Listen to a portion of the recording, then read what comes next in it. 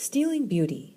To whom do a country's valuable objects from past civilizations belong? During the day, the people of Zhaoli, China, sit outside their mud brick shacks. Zhaoli is a poor village. Most people in town are farmers. It has become difficult to make a good living from farming, however. So the farmers wait for darkness to fall. That is when Zhaoli comes alive. At night, tomb raiders get to work. Nearly 5,000 years of Chinese history lie underground in Zhaoli. Fields contain tombs of royalty of many dynasties. Valuable works of art are buried in the tombs. Stealing these treasures, called looting, can bring the poor farmers of Zhaoli lots of money.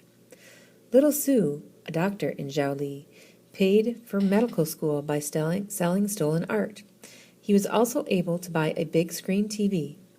Over the past few years, thieves have broken into at least 220,000 tombs in China, according to China's National Cultural Relics Bureau. If the looting continues at this pace, we'll soon have nothing left to remind us of our glorious past, says He Shuzhong.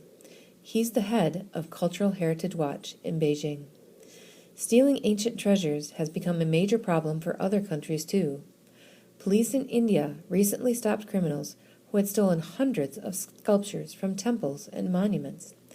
In Cambodia, thieves ripped out carved faces of gods from an 11th century site. Cambodian police recently found truckloads of ancient sculptures that were taken from archaeological sites. What happens to these ancient treasures? Many art pieces are sent to collectors in the United States and Europe. Wealthy art collectors pay large amounts of money for ancient statues, sculptures, and vases. Money can't replace ancient history, though. Many people believe that stealing artwork is like stealing a country's history and culture. Why are we, as a people, as a government, as a country, allowing our heritage to slip through our fingers? Asks Michael Trenant. He has the job of protecting Cambodia's treasures and heritage. Interpol is an international police agency with more than 180 member countries. It maintains a database of stolen cultural properties. The database can help local and national law enforcement officials identify property that has been looted. It also helps individuals and museums avoid buying stolen objects. Coming home. Some people in these countries, however, see looting as a way to get rich.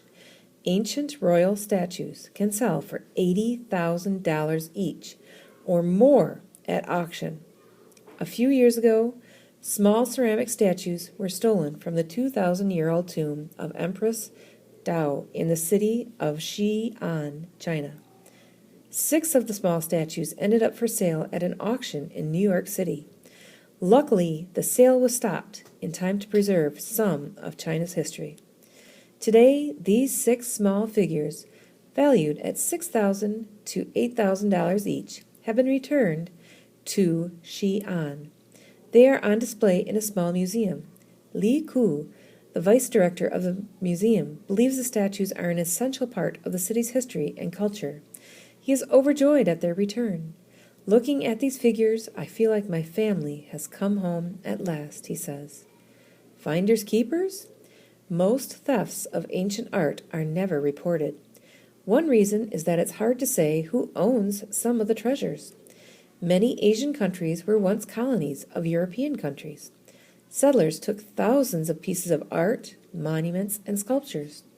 Treasures stolen centuries ago by invaders are often thought to be the property of whoever has them now.